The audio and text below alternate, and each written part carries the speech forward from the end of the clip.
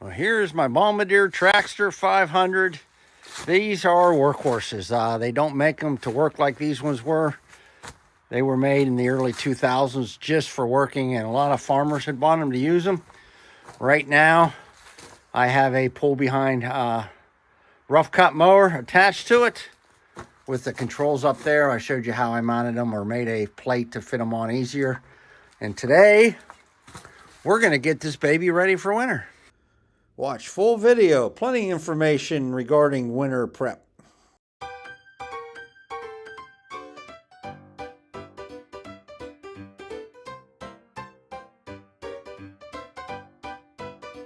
And here's a better view of the rough cut mower. Well, the first step in getting it ready for winter is to get rid of the mower. And the first step in that is to disconnect the actuator and then unhook it and push it back where it's going to be out for the winter. So let's get started. Now, if you look closely, I have two bolts, one on each side. It's ahead of this bar. So all I have to do is take out the end two bolts and then loosen these up just a little bit so it's easier to get on, and then the whole thing should slide right out. Now, these mounting bolts have 1/2-inch heads. I did not bring a ratchet up. All I have is my wrench, so this takes me a little longer than what it should, but it still works the same. Now, I only have to loosen the two front ones, and I have to take the two back ones all the way out in order to just slide it forward. After the two back bolts are removed, it slides right out. All I have to do is put the bolts back in so I don't lose them.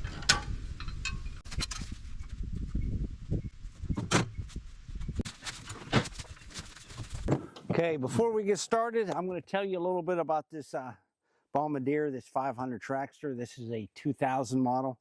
As you see, it has the walkthrough, which makes it easier for older people. And I guess sometimes they say it's the women's seat. I don't know, but it is easier.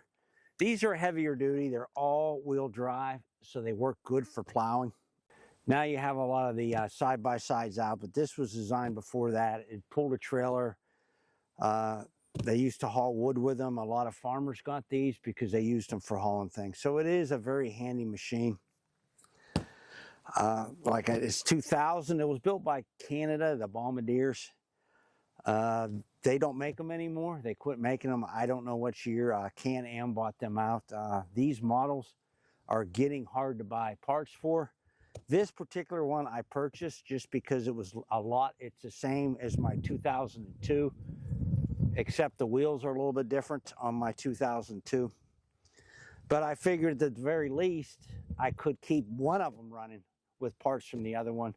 A lot of the parts you couldn't find even, 10 years ago, I couldn't find some of the front end A-frames. I had to make them, bend them, and weld them back up just to get the other one to run and to run straight. But they're very heavy-duty machines. The biggest problem I've had with these is keeping the carburetors running. If you don't use non-ethanol gas, you're setting yourself up for a carburetor issue. It seemed like every time I ran regular gas in it, I had problems. And then I would go with the non-ethylene gas, and it lasts a long time. So now I only put non-ethanol gas in these, and it seems like it helps the carburetors, and I don't have to clean them out and redo them or replace them or whatever I had to do. But I still have both my 2000 model and my 2002 Bombardier models running, which is a good thing. It's 2025. They're not young anymore, but they still will pull and they still will plow pretty good. And that's today's. We're going to do an oil change on this. We are going to put tire chains on this, and we're going to put the front end plow on this. So we have a lot of work to do. We're getting it ready for winter.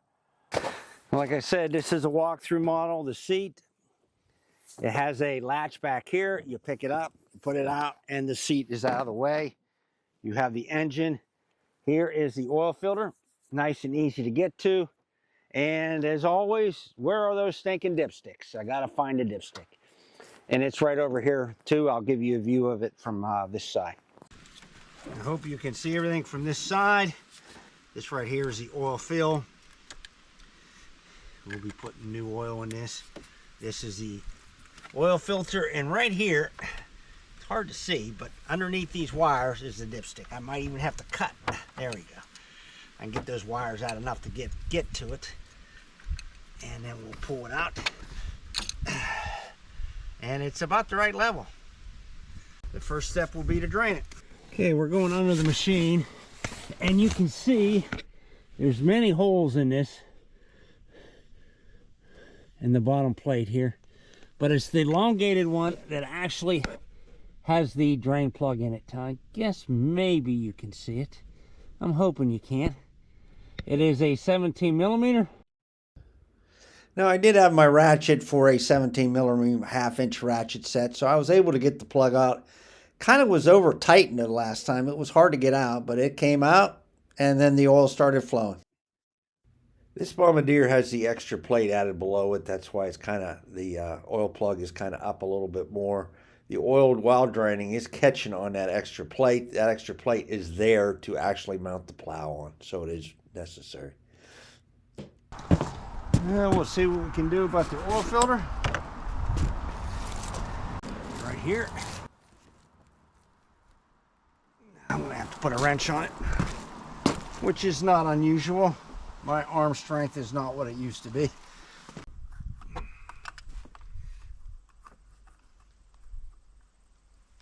There we go. That wrench wasn't quite big enough, but I got it enough to get it here. There we go. Now the new oil filter is a niche. Now I got it off Amazon. I'm going to check it because it said it would match. It looks pretty good. Looks like it's going to match. Put a little bit of the old oil around the rings here, just to get them lubricated. And this goes on hand tight. Make sure there's nothing around it.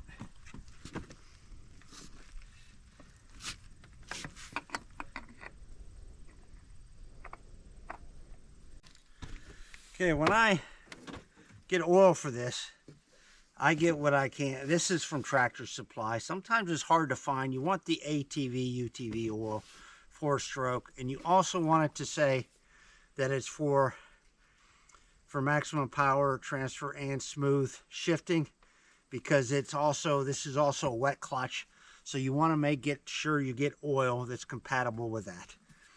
I don't think a regular motor oil is good for the clutch assembly, so make sure you get the right oil. This serves as the transmission oil and the clutch assembly and the motor. So this oil was doing a lot. So you want to make sure that it's well taken care of and you use the right type of oil. As with any oil change, you don't want to overfill, so fill it up some, let it settle, take a dipstick reading, fill it up some more till you get it the level where it's good, then start the engine, let it heat up just a touch, make sure it gets circulated through the oil filter and everything, and then take a final dipstick reading and fill to the required area. I'm going to try to get the plow into place. Now I suppose I could drive over top of it, but I'm not done with the oil. I'm going to show you the pins here first. It just fits in with these two pins. I'll have to take these pins out so I can get them into place. I'll show you the plate when I go underneath. But here's the two pins.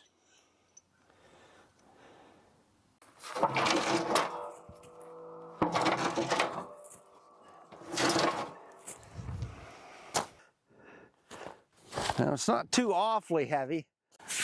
I only need to go back about 6 more inches or so. I'll take it back that far first and then I'll show you the underneath. I want to try to get it square. There we go. Okay. Now what happens, this is the winch. It will come down and hook onto it down here. I'll show you that, the pin, and then that's what lifts it up and down. I'll show you this one also turns. This is a moose plow. It's a good one. This right here is the extra plate. And as you see, there's where the pins line up and go in. Pins will go inside there, inside those holes. There's one on each side. This is what's different than my other quad.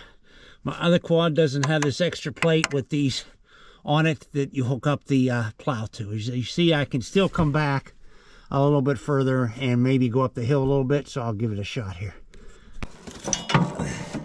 The hardest part is getting the first one in.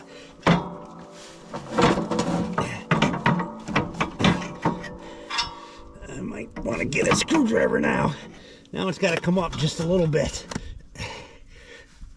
Certainly would be nice to have help with this, but like I said, persistence will pay off. I need to get a screwdriver. There we go. I'm going to be close enough there. Get it up there, get this started, and then I get it where I want it. There we go. Okay, got one. Got that in. Now I'll go on the other side and see if I can get this pin in. Now this definitely slides better if you're in the garage. But as you see, I still got it in. The other one will go in easy now. Make sure those clips are on right. So I have found out the easiest way is to get a screwdriver in there first, because it's hard to line up perfect by yourself. Then once you do that, the rest of it will go in pretty easy. Where's my...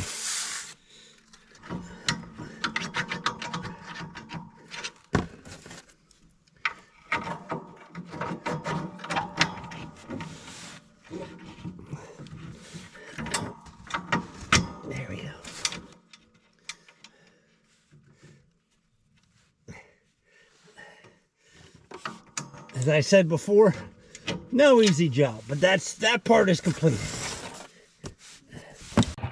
Right here is the winch control, which is up here, which is nice for when you're plowing because you can adjust a little bit that way. Now, I'll try the winch control, lower this down.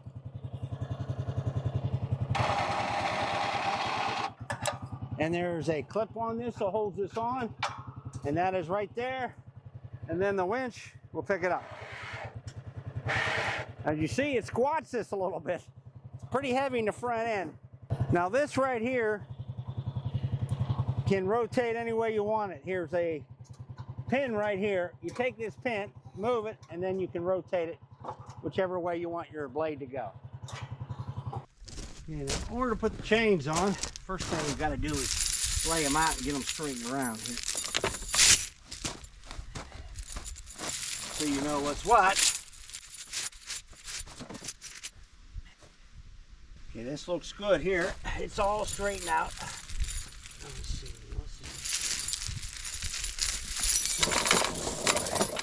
There we go.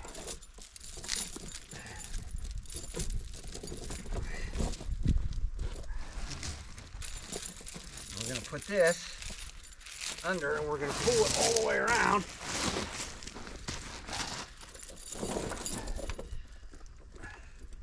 There ain't much of that left.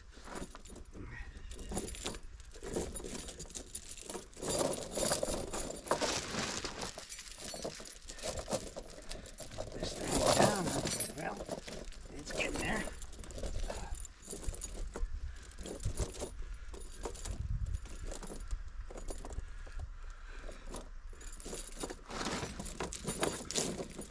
It catches on the treads. That's what makes it a little bit rough. There we go.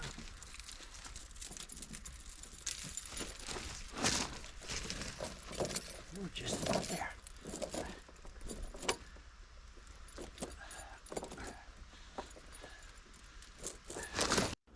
Now it takes a little bit of time to get these all leveled out and get it centered correctly. And what I am doing is putting the loose chain in front of the tire so I can pull forward, and when I pull forward, that will be underneath the tire, the top will be underneath, and then I can attach everything else.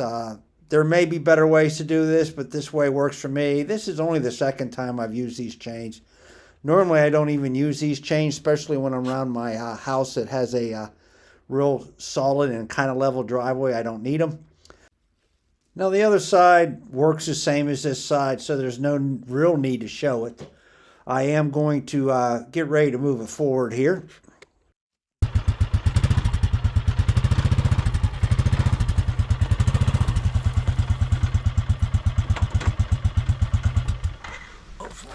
After I move forward, you see the chain that's laying on the ground there. Now I just have to wrap it up and hook the chains to it. Once again, it requires a little bit of work too.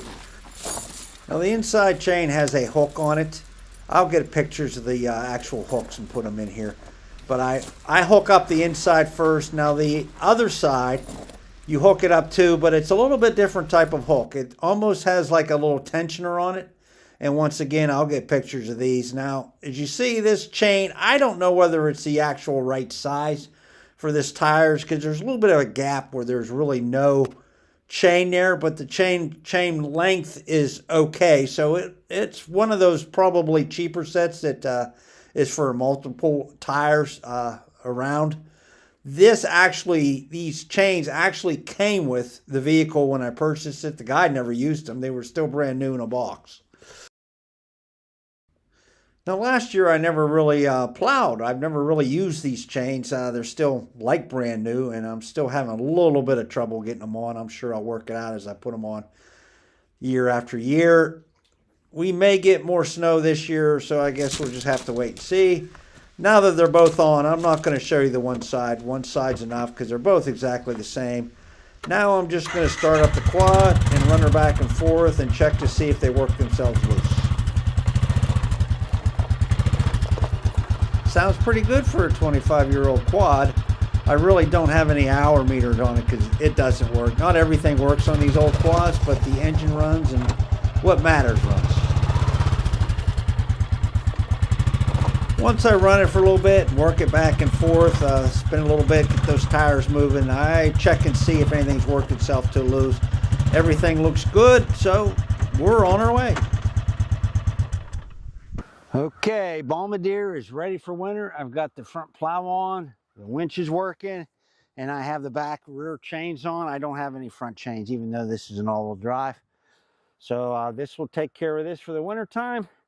The chains may not be perfectly level, but I'll straighten them out as we go along. Drive around some, and then they loosen up some. Well, things to remember, it's easier to put a plow if you're on concrete or you're on a driveway, something you can slide easier instead of gravel. Make sure you use the right kind of oil in these. Make sure you use non-ethanol gas in these older ones. And you might want to check out a different video on setting up chains. I have seen better videos on putting on the chains. I get mine on, they work. I have another set that's a little bit different for the tractor. So sometimes they get me a little bit confused. I've only used them the last year was the first year I put the chains on this and the plow, and we didn't even have to plow that much. The sun's going down, so it's chilling out quite a bit. That's why I had to change my hat already. My ears started to get cold, so I'm going to go ahead and clean up and put this away. And I want to thank you for viewing. And once again, if you can, go ahead and subscribe and like and all those good things. It will help my channel grow. And once again, this is the old man with a plan. I'll see you later.